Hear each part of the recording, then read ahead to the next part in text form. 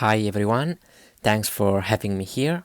I am Francesco, a performance engineer from Moviri. My presentation provides a microservices performance sizing guide, so we're going to understand and measure CPU throttling in containerized environments. First of all, I'd like to briefly introduce myself. I'm a 25 years old performance engineer working as an IT consultant for our customers, mainly in the insurance and banking sector. My daily activities are related to performance testing and tuning our customers' applications, so I take care of the workload generation, the monitoring part, and the bottleneck analysis. The presentation revolves around the following points. So the first thing to mention is that we see an adoption rate of microservices which is increasing year over year. This means that new challenges are arising for performance engineers and also for developers. One of them is that to guarantee optimal performance, you need an optimal sizing of your microservices. And how do you find the sweet spot of microservice optimal sizing?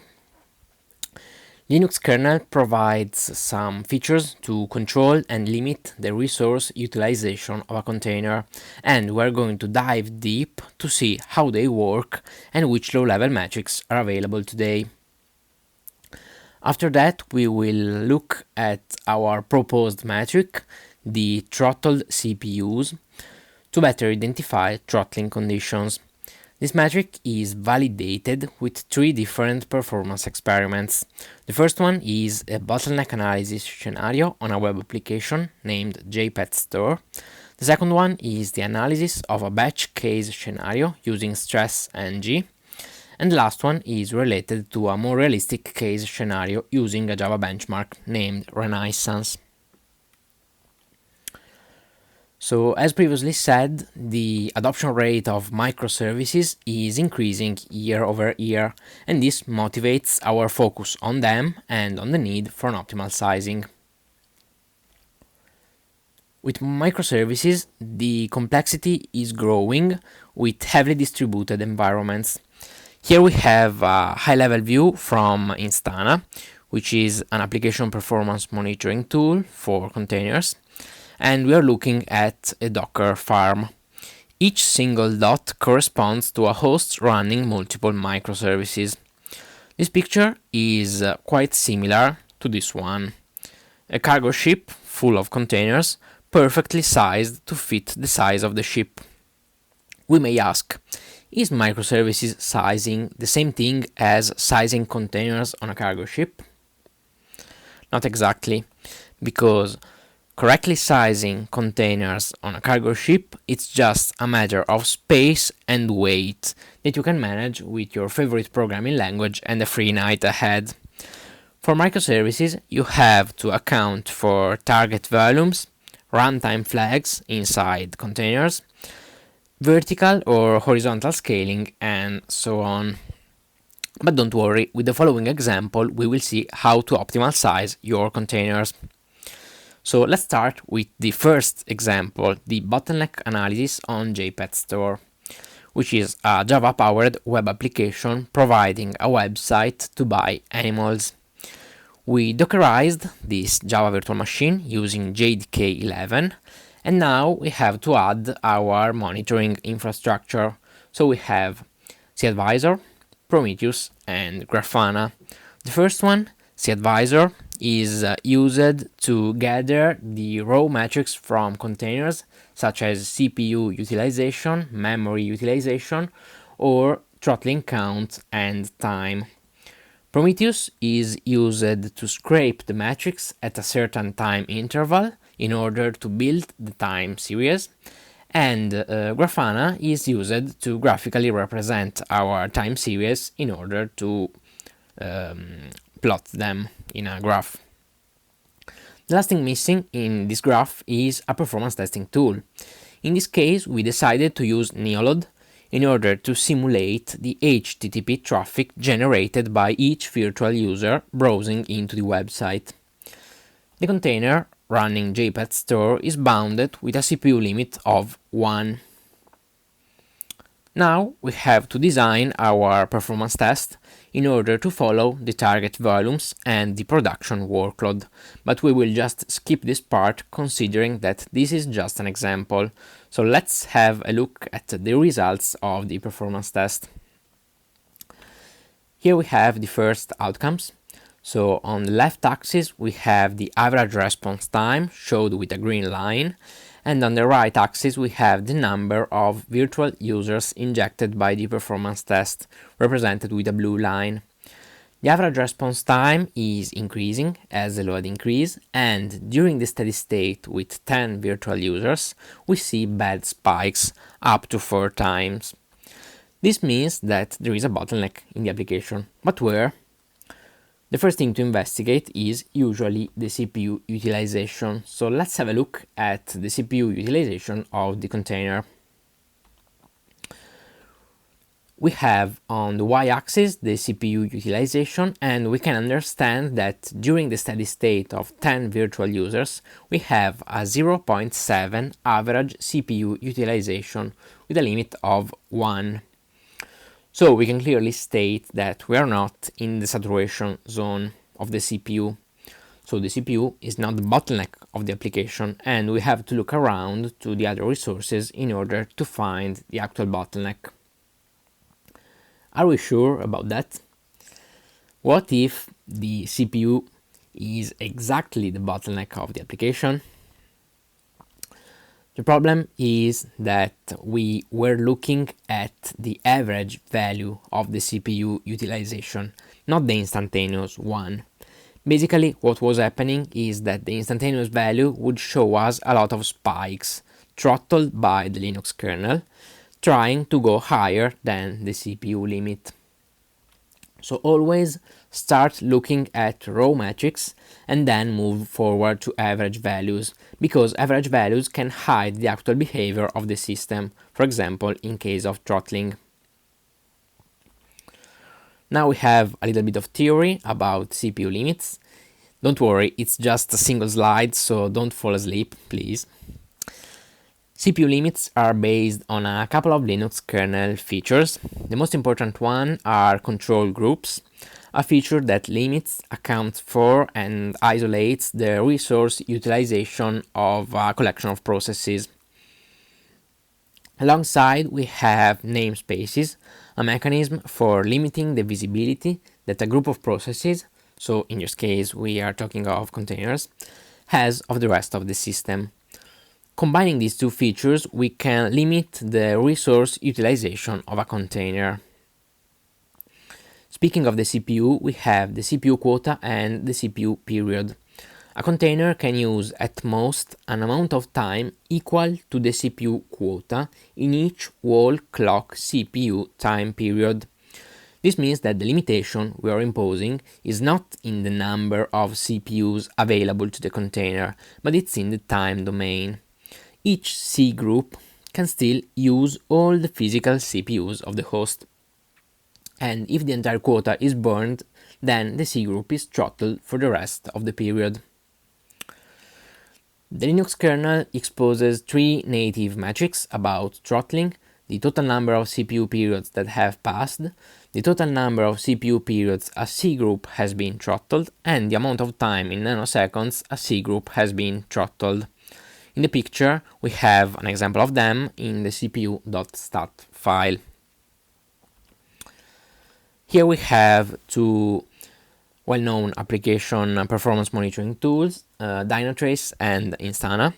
They are showing us throttling time measured in seconds, and Instana also adds the throttling count. Here we have a proposed metric by Dave Chiluk, a performance engineer from Indeed. The idea of Dave is to obtain a percentage value of throttling, dividing the number of throttled periods by the total number of periods that have passed. This metric gives you an approximate indication and does not tell you how bad the throttling spikes are. We will see in the following example how it performs. So, what can we do for the JpetStore container? we should probably increase the CPU limit in order to avoid throttling. But how much more? The previous metrics are not giving us any hints about that. This is basically a trade-off between container performance and cluster reliability. So you want at the same time two things. The first one is that your container has optimal performance, so you would like to give to it a lot of resources. And the second thing is that you want that your cluster is reliable. The higher you are setting your limit, the higher the risk for the reliability of your cluster. For example, imagine a cluster with a limit with no limits and a full garbage collection kicking in on a 30 GB heap. The JVM would use all the CPUs available, disturbing the other applications. So at the end, we would like a metric telling us the number of throttled CPUs during throttling in order to add them to the limit of our container. Here we have our brand new metric obtained from native metrics exposed by cAdvisor and retrieved by Prometheus. Hold fast, because this is a really simple metric but extremely effective. So as you can see from the Prometheus query language formula, we have the throttle seconds per second rate. So it's a close to standard top-like metric. And this metric gives you the number of throttled CPUs by the container. So from this metric we can derive the desired CPUs metric, so the number of CPUs that the application is requesting in total.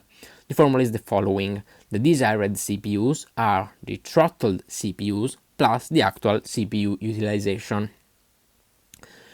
We're going to see how this metric performs in a couple examples, but the most important takeaway of this entire speech is the following one. You want throttling to be close to zero, but not exactly zero. This is simple because a container with zero throttling can be a container with, for example, 20 CPUs limit, using just one of them, and so it is wasting resources. On the other side, a container with too much throttling is not perfectly sized and its performance is not the best.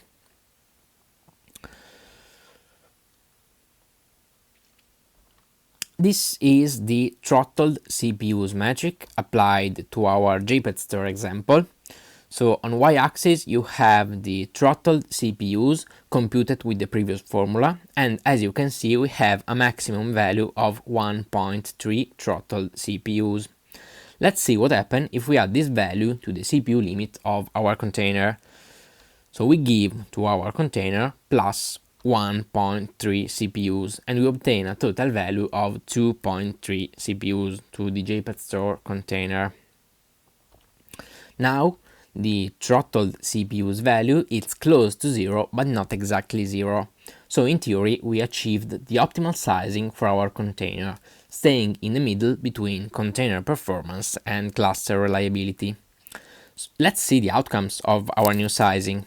So on the left side we have the 1 CPU limited container, and on the right side we have the container with 2.3 CPUs limit. The CPU footprint is basically the same, with an average CPU utilization during the steady state of 0.7 CPUs. You may ask, is there any real benefit from this sizing, or we are just throwing away CPUs out of the window? From the average response time comparison, we have a huge reduction. We cut them by a factor of 2, going from 200 milliseconds on average to just 105 milliseconds. And now the response time is not increasing while the load increases. This means that there is not anymore a bottleneck. Why this has happened? Because the garbage collection poses improved dramatically. From 230 milliseconds on average for a full garbage collection, now we only have 100 milliseconds of a full garbage collection. This means that for every full garbage collection that the container was doing, the CPU was not enough, and the Linux kernel was preventing the container from using more resources. The outcomes of this first example are that we were able to find the optimal sizing without any performance degradation at 10 virtual users for our container using the throttled CPU's magic. Throttling metrics are now close to 0, but not exactly 0. Now we move on to the second example, the batch case scenario using stress-ng. Everyone knows it. It basically uses all the CPUs provided. And we made 3 experiments, one with a limit of half a CPU, another one with a limit of 1 CPU, and the last one with 1.9 CPUs limit. We set stress-ng to always use 2 total CPUs, and we are still using the same setup as before with cAdvisor, Prometheus, and Grafana. Here on the left side we have the CPU utilization and the desired CPU metric.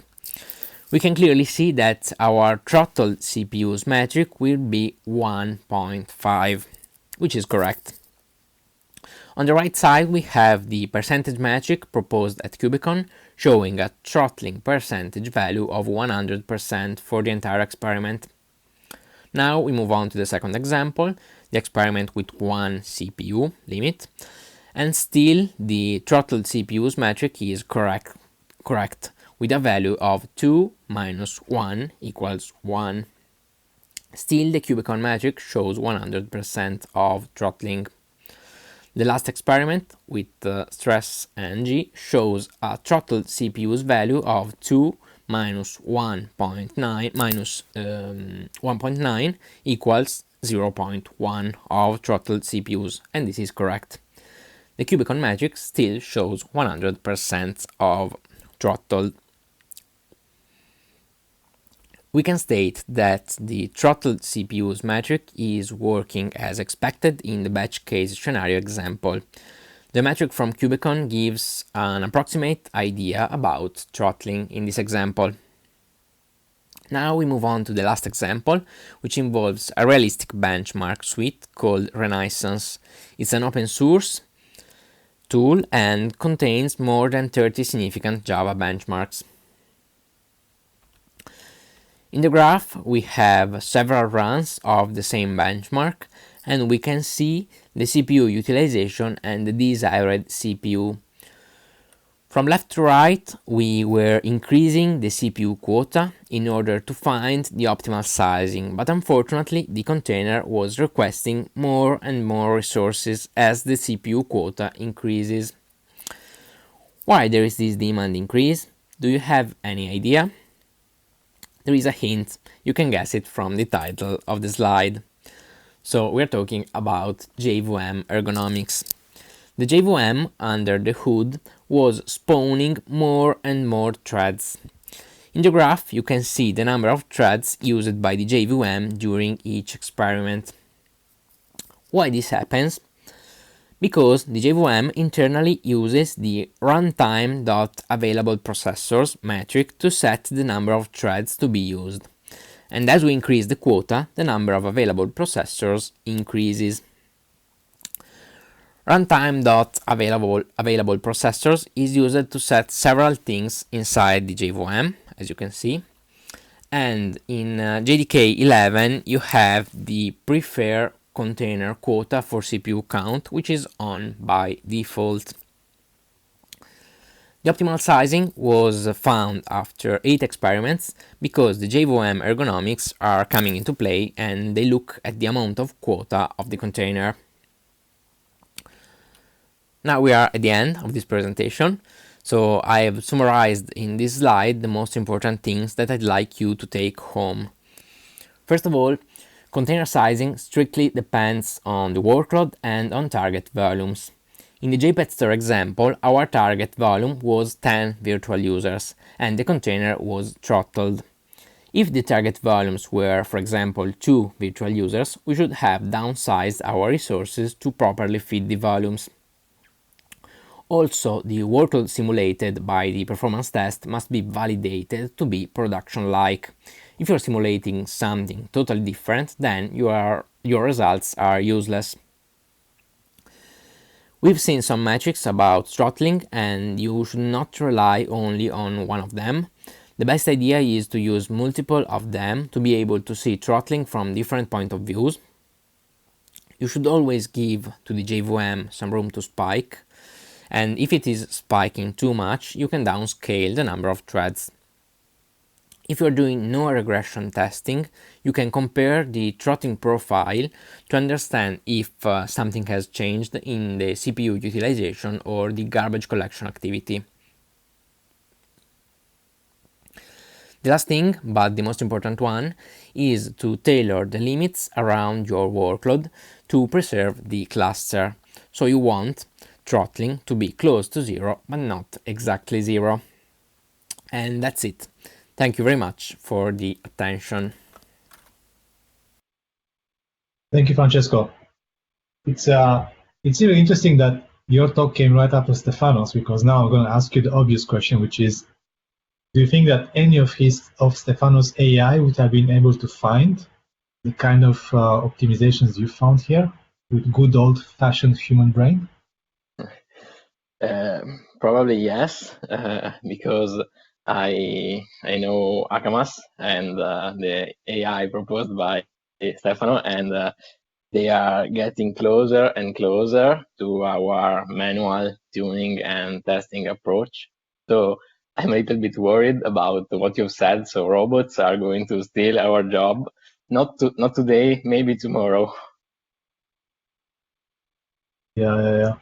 And I'm curious, throughout your experience, do you have an example of what was, for instance, the biggest win or the most outrageous misconfiguration of JVM or container that? Yes, for example, we've seen some containers going in the production environment with some bad JVM flags about the heap. So the container has a memory limit and was allocating a percentage value of that memory limit for the heap. And basically the container was starting with 50 megabytes of heap. So the container was not even able to boot up, and was crashing and crashing and crashing. I think I've heard this similar story as well, yeah, with the heap going wild. I cannot help thinking, really, after I think 9 talks so far, that it's a really complex world out there for not for performance engineers especially, but for the product engineers, the people that are just supposed to be able to come, write nice little products and have them behave well. Because you see, we had people who worried about, so we had Andreas who was looking at, how is the hardware behaving? We are looking at how are the containers and the JVMs being configured.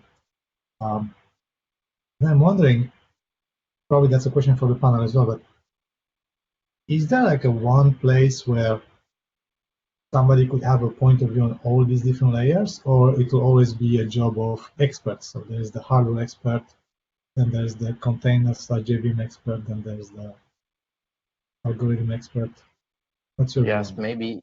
maybe an idea can be to meet all together with experts from different areas on the same table physically or on a chat online on a virtual event and discuss what to do. But yeah, this is just an idea. Yeah. It's so coming to my first question. It looks like the humans will still be involved in this job for quite a while. Yeah. Fortunately for us. All right, super. Francesco, thank you so much for your time. Thank you for the great talk today.